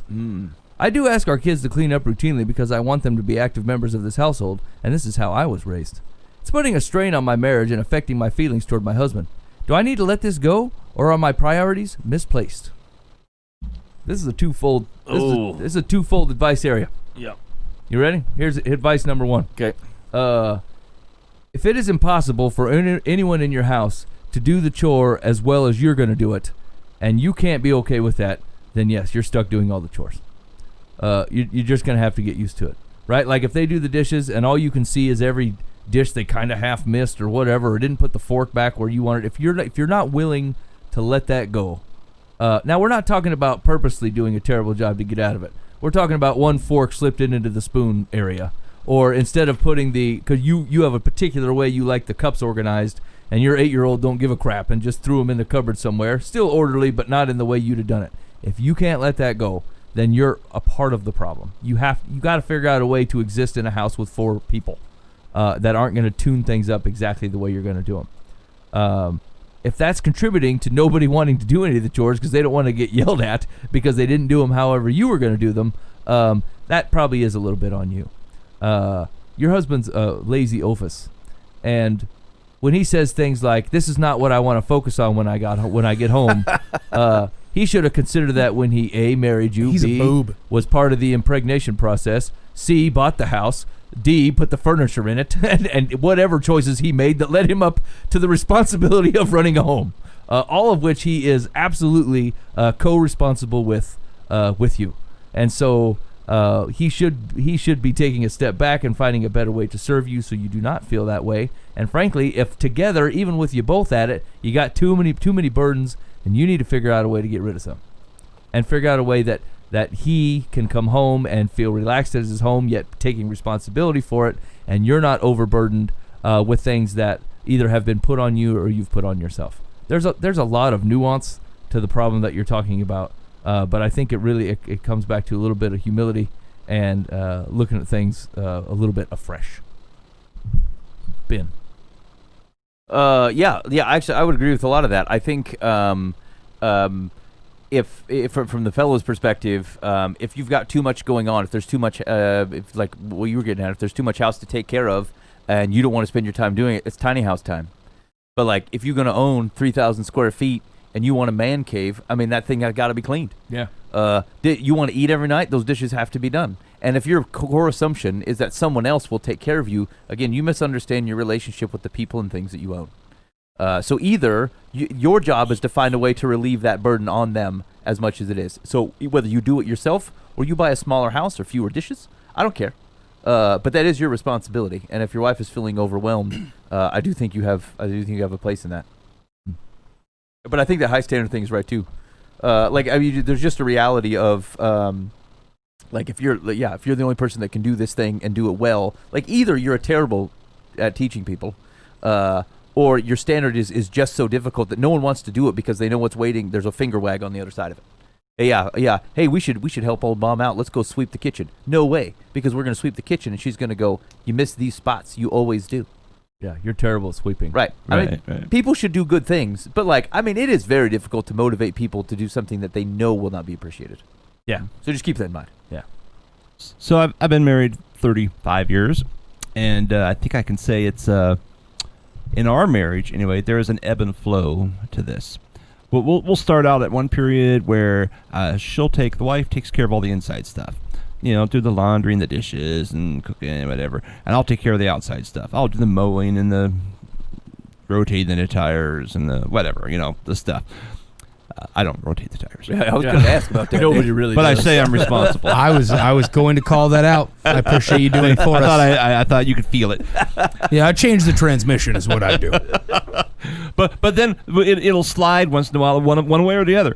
There'll be a period where Cheryl's just like, maybe she's tired or overworking or whatever in other stuff, doing other things, and I'll think, gosh, there's no clean clothes, so I'll go ahead and do some. And there's like, the dishes are piling up. I'll go ahead and wash the dishes. And a few weeks will go by, and I'll think I'm the only one washing dishes and cleaning clothes. And I'll say, hey, sure, it'd be nice if you were washing dishes and clothes and doing clothes too. Yeah. And she'll say, oh yeah, you're right. And then pretty soon she's doing it, and then I totally back out. Yep. And then she'll go 2 months, and she's the only one doing anything, and I'm laying around watching television. Andy Griffith or something. TikTok. And 60-second spurts on TikTok. oh yeah. So it goes back and forth. Generally, we're pretty balanced, and we just work it out. But there are times in a marriage you just kind of go, do your part. Yeah. And we both need to hear that periodically. And I it think is that's going where to she's at. overland on you sometimes. And Yeah. it's going to overland on her sometimes. Right, And right. And once again, you don't walk into it with the intention that the other one's trying to knife you. Right. Right? Like it really does sometimes just get away from you, and you're like, holy crap, I have not Didn't done even- I didn't a even load notice of I my haven't own washed the dish. laundry in like 6 months. Oh man, I am sorry. I Yeah. appreciate what you've done. I'm Yep. sorry. I'm on it. That's called life. Yeah. I mean, it's just what happens. I've been on the other end of that. I've been married 15 years. I've been on the other end, and majorly, probably 5 or 6 times, where my wife is just flat out frustrated. She's like, "You Yeah. walked by that laundry for 5 days, Yeah. and then my first response, he's a snarky Ben. The first thing comes to my mind is like, well, if it's been there for 5 days, so did you. Now, I know better than to say that out loud because that's dumb. Right. But like, So we both noticed. yeah. I noticed you didn't do it for 5 days. So we can agree that it's not been done. We have a quorum. The laundry's a problem. but I mean, the reality was I didn't even see it. Yeah. I just flat out, and she's Don't like, even. I need you to see it. I'm like, man, I really wish I could. I don't even know how to do that. I don't I've know got how other to important change things it. at home. That's right. Or whatever the word. It's not what I want to focus on when I'm home. That's right. Well, and like it's sometimes it really is difficult that like two different people, like there are things that are more important to you. Like there are things that bother me that don't bother anybody else in the house, and there are things that bother my wife that don't bother anybody else in the house. And so she might see it like 10 times in a day and goes, "But these people are stubbornly refusing to pick up this thing or to clean this thing." And like, I mean, hand to truth, I did not see it. Yeah. I might have stared right at it, and my mind, and I don't know how to make my mind. She's like, make your mind see it. I'm like, I don't know how to do it, because if I could remember to make my mind see it, I could remember to do something when I saw it the first time. And so, you know, it feels. Here's what stinks across the board, husbands, wives. It stinks to feel like you're babysitting your spouse, but it's the part of the problem is you've labeled it incorrectly. You just take in the world differently, and like people can learn. You do laundry 10 times in a row for 6 months. You know you're going to start remembering. You're going to notice it, and so there are ways out of this, boys. I speak to you, but like sometimes it's not you being a mom or you being a dad to your spouse. It's you helping them help you. Helping and say, hey, look, they just don't notice it. So say, hey, man, this thing is. In fact, I tell my kids, as opposed to getting mad that my kids didn't see it, I'll just go, hey, man, your room looks terrible. You need to get that thing cleaned up. And my wife might be like, hey, they should just see it. I said, the kids, they don't see it. They walk in and they're fine. They don't see it. And so like, I don't mind. I'll remind them, whatever. And so anyway, it's just. I think the point is like have some grace for the person on the other side. Don't assume that they're trying to be lazy. Don't assume that they're okay with all the burden landing on you. It stinks to think that they might be not thinking about you all the time. Like that for 5 days straight, they don't think, boy, I really wonder all the burdens that are upon my wife and how can I relieve them. But I'm sorry. I just like fairy tale land is closed today. It isn't going to always happen that way. And so just have some patience and don't be afraid to be like, hey, I'm feeling a little bit overburdened here. Not, hey, you stink, you're not doing anything. Just try the easy path, and if that fails, then whatever. Have his friends yell at him. But just try to have some grace, and then every once in a while explode on him, and it'll be fine for 6 months. Things will be good. And then have some grace for another few years. That's my marriage advice. Okay. Ben's marriage advice: have a big blow up about every 6 months or so. Every once in a while.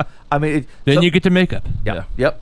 Hey, I mean, the fellas just got the thickness in the head.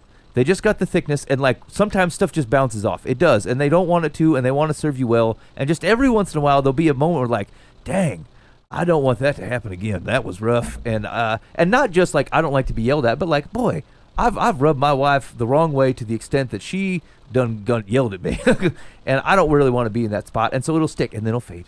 The Cardinals game will be on, and the car will break, and they'll get something else going, and it'll fade. But just the man's got a thick head. You're gonna have to be patient with him. Secular says, from your husband's perspective, why should he have to help with the housework if he can jawbone you into doing the lion's share? Perhaps you should. Wow, Sweet Moses. we gave him You way more meddling grace cow. than she's gonna.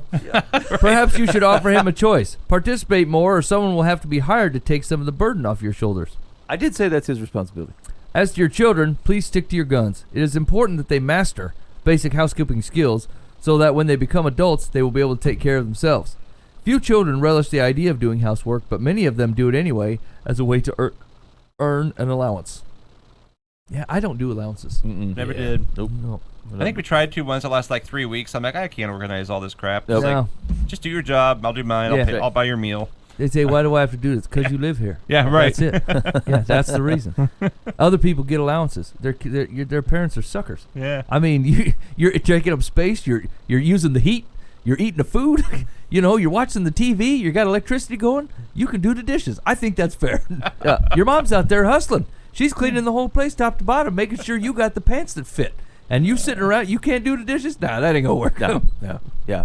Actually, we've had a few conversations with kids, and like you know how kids do. They start to compare themselves to other families and blah blah blah. And I said, look, I mean, you don't have to love this, but just know that like in all our fallible means, we are trying to do our very best as parents, and part of that is helping you to be responsible. Part of that is not to letting you do this thing all day or that thing all day. And I said, I don't require at all that you love it, but just know like we do believe it's right. If we didn't believe it's right, we wouldn't care about it. And so that's just the cost. And some of that is, hey, you got to cut the grass, and some of that is, hey, you can't sit around and do this thing all day and like. Whatever. Put it in your journal. I'm sure there's, and don't be if like where we're failing, write it down and make sure you don't fail that way as a parent. By 3 generations, you're gonna have a super parents. But learn the very best I can ask of you is to accept our mistakes, obey them, and then learn from them when you're a parent. That's the best I can do. Okay. Thanks for hanging out with Life from the Path. So real quick, I just thought maybe it'd be interesting. He's not an easily embarrassed fella. But I was thinking this week of like, I'm going to miss Boova. Yeah. I'm going to miss him being in this room. To be honest, there have been some times where he's through because of work or through whatever means going around him that he hasn't been in this room. And it's just the show's just different without Boova here. He ends up in situations that nobody else in the room is going to end up in. Yes. He is a gracious fodder. He's prone. He just he'll walk into a trap, the thing that's going to make him look ridiculous. He'll bring up the thing that makes him look ridiculous. That's right. He'll point. I feel it like out. that's the more often situation. Is I'm the one who brings it up. I mean, here's the thing: is though there's a level of honesty and transparency that come with that. It just most people would be too afraid to do it. They would be too afraid to be that honest and that transparent and say, "Here, blah blah blah. I did this," or I'm thinking through this, or I screwed this up again, or whatever. And it's not a trait you find in very many people. And to be honest, it takes a lot of courage to be that way. Yeah, and so Boova, in all honesty, I will very much miss you in that chair. I will. There's not a. I think I may have joked a few times. There's just no concept of a replacement Boova. No. I don't think we're gonna farm one out. Like anybody else that comes in and sits in the studio, it's not filling shoes. One, because your shoes are giant, and that Like suitcases. I mean, kinda. that big toe cannot be measured. Yeah. It's crazy. It gets its own zip I wore code. my slides for you guys today for that reason. Ugh. yeah. Boy, you should see this. It's disproportionately Yeah. large Hey. compared to the rest of his foot. It's Yeah. just odd. His big toe is the fee fi fo, and the rest of the toes are the fum. It's big. It brings me you're. I mean, we're after this show 2 to 3 hours. Boova's always telling kind of some kind of story and working through something, and there's an honesty to it. There's a lack of polish to it. There's he's good at a lot of things that I'm not. There's the things I appreciate about Dan, things I appreciate about Boova that are just like things that I don't know that I'll ever be. And so I've it's been 10, not full 10 years, but like we've grown up and matured in different ways as fathers, as friends. As brothers, and I'm very much going to miss you here on the show, Boova. And so obviously we will be praying. I'm sure we're going to check up on you, make sure you're not embarrassing us or yourself in Pennsylvania. Of course. But yeah. Live from the Path is going to miss you. I'm going to miss you. Yeah. Yeah, I kind of echoed the same thing. We've been doing this show for a long time, for a really long time, and we really have walked through a ton of life situations together, and defined for each other and through each other what it looks like to follow Jesus and what that should look like, from 4 different guys with 4 very different personalities, 4 different walks of where we came from and what we're doing. Actually, Ben's and I are pretty similar. Kind of close. The personality thing is kind of taking a divergent a little bit, but where we came from, pretty much the same. Yeah, crazy enough, always Boova will raise his hand to be involved in, anything, just about anything, to the point where we try to talk about things that are self-sacrificing, and Boova's willing to put his humility and his pride and his time and his, frankly, what other people think of him, based on some of the things he brings up here at the show. He's willing to throw all that on the line in pursuit of things that need to die within our lives to follow Jesus Christ, and things that we need to embrace to follow Jesus. And like, There's a bravery in that. like seriously, most people are. Once Ben's right, like there's aspects of Troy's personality that like I will never have, and I envy flat out. I would never consider, not even because it's TikTok and I don't even know how to use the stupid thing, but like I would never open myself up to that type of broad question. I don't even care what you're asking about. I love Jesus, and I would not open myself up to that. I just would not. And God's created people that do, and God's created people that will jump headlong into that, and Boova consistently does that. Consistently jumps headlong into that. Sometimes finding himself in shallow waters, and then sometimes finding himself with 6 feet above his head and sharks swirling. And there he is, still in there, tearing it up. And not only as a contributor to whatever Life in the Path is designed to do, but as a friend and frankly a brother. It's legit like losing a family member, and seeing him every week has been a joy and a pleasure, and it will be very sad to not have him here every week.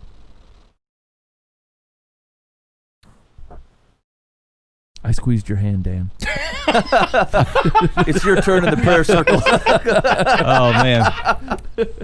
So yeah, we've been doing the show for a long time, and really the basis of the whole thing has been just guys walking the path, just guys trying to figure out their faith, figuring out their relationship with Christ and with each other and with the world around us. And you have been here and not and here. And but here's the thing, this path that you have been on the last 10 years, I think I can honestly say you would not be where you are right now if it weren't for this show. Absolutely. I mean, right? Yeah, absolutely. Because we've seen you be a poser. I mean, yeah, for a complete long time, fake, yeah. complete phony, complete just full of crap. You'd sit there absolutely. talking, we're thinking, dude, you just shut up. Right? I'm really sorry for all those years, by the way. and we've seen you outside of this show in the parking lot, almost getting a fist fight with Mike Foose as he was calling you on your crap. Oh man, right? That was the best day ever. It was awesome. Man, I was videoing rough. it was going to go on TikTok, but it hadn't been developed yet. Yeah, exactly. So I was really disappointed. Like, anyway, it's been like the guys said, it's been raw and it's been real, and to the point where it wasn't that long ago in my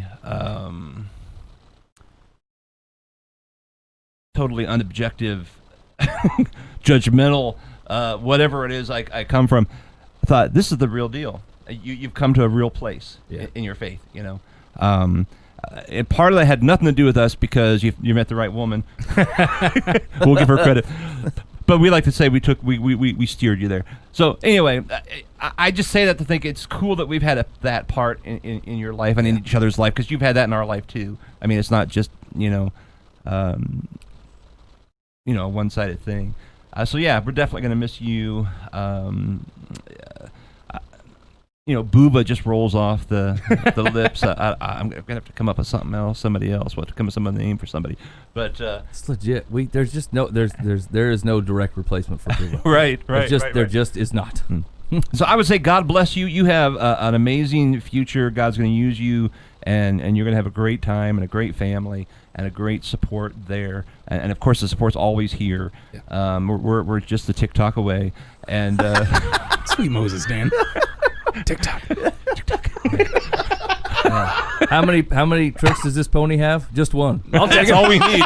One good one. Just one good one. I heard about a cat on TikTok had 9 lives. But honestly, I genuinely love you. You're like a child to me. I mean, not like a child, but like my son. You've known me since I was like 10, so I get it. I was there when you were baptized, and you made this big statement of faith and to the future, and it's cool to see that happening. You're really going there. And so, yeah, God bless you. Thanks, guys.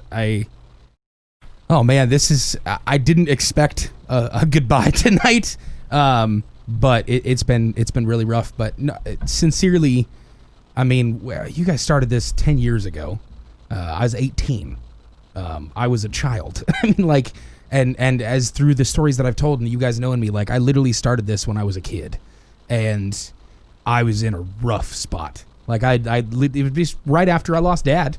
We kind of started. I remember getting the address to the place downtown, and not having any idea where I was going, because I think we were in the Walnut building at the Des Moines Amplified.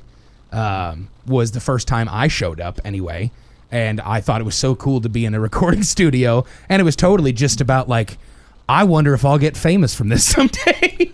Like, I kid you not, y'all invited me, and I probably invited myself more accurately.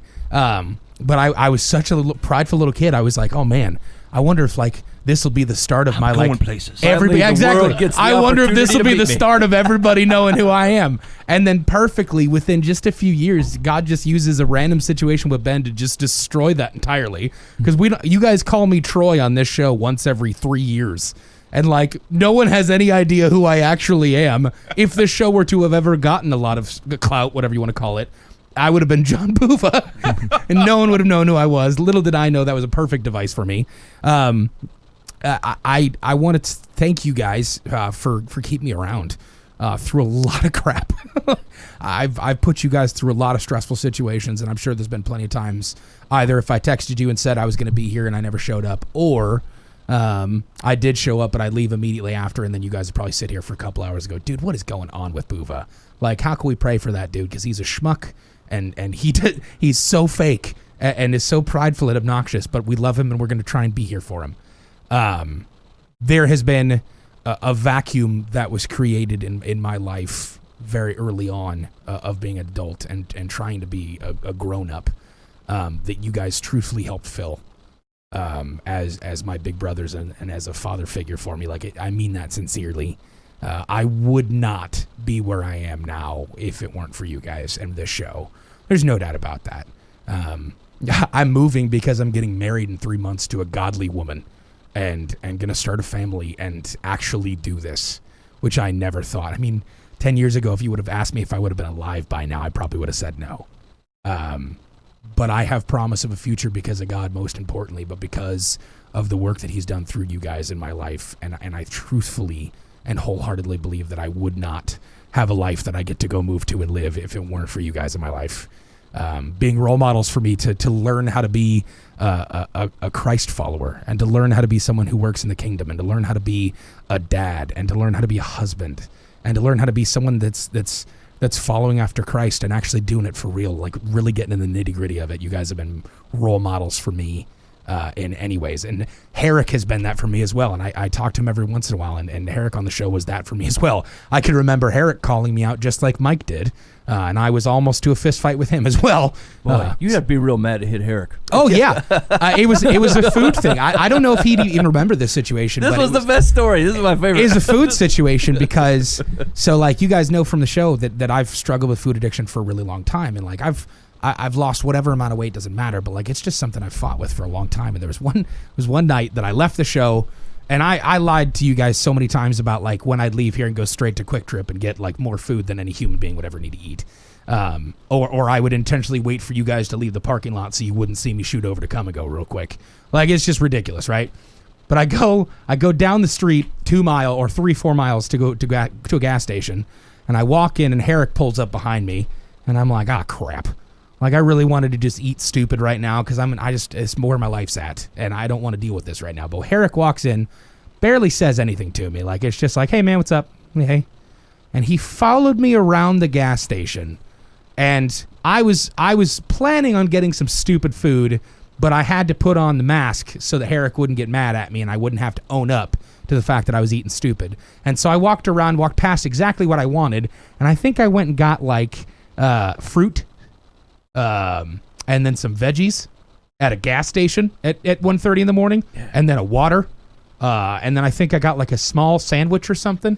And my original plan was, I wonder how many hot dogs they actually have, because they're 2 for $2.49, and I just got paid, so I'm pretty sure I can get all of them. And then I'm walking around, and Herrick grabs the exact same things that I'm grabbing. And it's infuriating because I know he's mocking me, but not from the perspective of like, Boova, you know this is a lie. It's like, no, we're going to do this together. So I'm grabbing the most disingenuous healthy meal for a 500-pound dude to be grabbing. Like, there's obviously a reason I'm that big. It's because, like, I make buffets my second address. It's not because I go to Quick Trip at 1:30 in the morning and grab, like, a slice of apples. That's not what happens.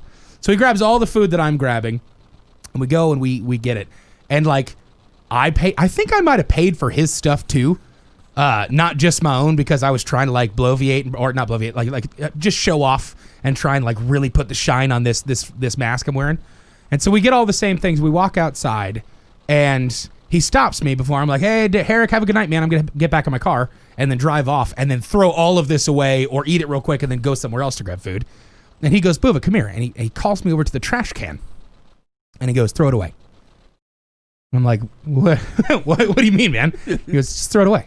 I'm like, the food we just bought? No, we're not going to throw this away. He goes, Boova, put it in the trash. And I'm like, I'm not throwing it away. He goes, Troy, throw it away. And so I don't know if you've ever seen Good Will Hunting. You guys ever seen that movie? Yeah. See, there's a part in it where Robin Williams and Matt Damon are sitting there talking, and Robin Williams is trying to, like, break through for Matt Damon. And so he says this phrase. He goes, it's not your fault. And Matt Damon goes, I know. He goes, no, listen to me. It's not your fault. And he says this, and he repeats this over and over again. You can see that the tone from Matt Damon changes from, like, okay, everybody said that to me before, but, like, it's persistent, and he gets angry. He's, like, wanting to hit him. He's like, shut your mouth right now. Shut up. Because he's really pushing at that wall that you've created. Herrick did the exact same thing to me, and I'm sitting there. He goes, just throw it away. I'm like, whatever, man. I'm not going to throw it away. 14 times later, I'm like, Herrick, I'm not throwing away this food. And what I'm realizing as I'm doing this is I'm getting defensive about food I don't even want, because it's like apple slices and a piece of string cheese and a gross sandwich that I don't care about. And what I really wanted was all the fatty, stupid stuff. I was going to get a 6-pack of donuts and 30 hot dogs. Like, I've convinced places that, like, hey, I don't think I've ever told you this before. I've convinced places around here that I was going to bring you guys hot dogs. Hold up, it gets worse. I convinced them that I was a part of a radio show very close by, that they were going to throw away all their hot dogs. And I went, hey, I've got a couple guys that would probably take some of these. And they said, great, do you just want them then? And they said, yeah. And they gave me probably 20 hot dogs for free. And I put them in my car, and I walked up here to this show, and I did the show for 2 hours. And I walked back down to my car, never telling you guys once, and I ate all those hot dogs. You beast! Wow. Yes, agreed. It was I'm terrible. super hungry right now. So, like, Do you have any with you? so no, I had not done that in a long time. That was probably 6 years ago. But so Herrick calls me out for this, and I got so angry. I was seething angry at him because he was lovingly going, I see your fake wall, and I see the crap that you're giving me right now, and I know the construct that you developed is so fake. Stop. Just stop. Was he smiling the whole time? No, he was just dead face staring at me. I'm Yes. just like, Herrick, I'm going to hit you. I'm going to hit you because I don't want you calling me out for this food stuff. I don't want to be called out for this. I don't want to be shown up to like this. I don't want you shining a light on this. And he was just sitting there going, I'm sure Lord told him, hey, Herrick, follow Troy after the show. Go to that gas station with him, grab everything he's grabbing, and then tell him to throw it away. It would not surprise me if the Lord of the universe went, I need you to grab a hold of Troy's pride right now because he's about to show up and be a real boob. And I need you to shut it down. And he did. And I was furious. And it's taken me years to be able to go, dude, that was one of the most loving things anyone has ever done for me. And he looked me in the face and knew that I was putting up crap and knew the pain behind what I was doing and knew the trauma that had happened that had got me to that point. And he didn't even call me out for it. He just said, throw it away. And all it did was just put a spotlight on this idol that I had created to be food. I was more worried about that than I was worried about anything else in my life at that moment. And Herrick did that lovingly. And that's just one story in like this long list of stories from all of you guys that you have been lights for things in my life that need to be crushed down and have been examples for me of what it looks like to actually be doing this and have been nothing but loving, caring brothers in Christ to me to get me to the point where I am. And I cannot thank you guys enough for the fact that if I'm any kind of success story for the kingdom, you guys have had giant roles in that, and that means the world to me. And I literally will not have a family, and I will not have a wife, and I will not have the future that I have if it weren't for the stuff you guys have done for me and how you guys have been here for me through the last 10 years of Waves. And it means the world to me. And I'm going to miss the crap out of you guys. And I've literally already started to try and develop constructs that at least partially mimic this for when I go to Pittsburgh, because I'm like, I don't know if I can do it if I don't have that. And Mike and I have talked, and Ben and I have talked multiple times about the fact that those guys think I'm a generally good guy. And so I'm still going to need them to randomly text me or call my friends and let them know that I'm actually a schmuck and I'm a terrible person. How's Boova doing? He's doing good. You're a liar. Yeah. You're not even watching him. I'm paying attention. What's your name, Aaron? Hey, can you send me the picture of the Pennsylvania Dan? Yes. I want to see the replacement Dan. Oh, man. Actually, the replacement, everybody. Yeah, Yes. we just need photos. Yeah, absolutely. I can do that. I can absolutely do that. But no, sincerely, guys, thank you so much for allowing me to be a part of this for so long, letting me grow here and being in a totally unsafe space in a great way. Hey, man, been a real blessing to do it. Hey, man, you've been listening live from the path. Thanks so much for hanging out with us tonight. Hey, here's what I want you to do. I want you to take the week, and you can use a complaint line, 515-517-0085. Hit us up on the socials. Okay, we're on Insta, we're on Facebook. I don't check the Twitter. Don't bother with the Twitter. Look, and we're losing our media director. Yeah. And so, look, we're going to be in the real straits. Yeah. So, I mean, we're going to try to clean up our own backyard here. But hey, man, give Boova some love. If you appreciate it. I don't know how you couldn't. If you still listen to the show this long, Boova's got to be part of that reason. Otherwise, there's no explanation for your life. So, give him some love. Put the prayer on it. It's a big change, man. You're moving locations, even for the best of reasons, and it just disorients a man. So, lift him up in prayer, and I think we'll be here next week. I think that's the plan. Yeah. So we'll try to hit that up. So in the meantime, be faithful in the means. God will handle the ends. You've been listening to Live from the Path.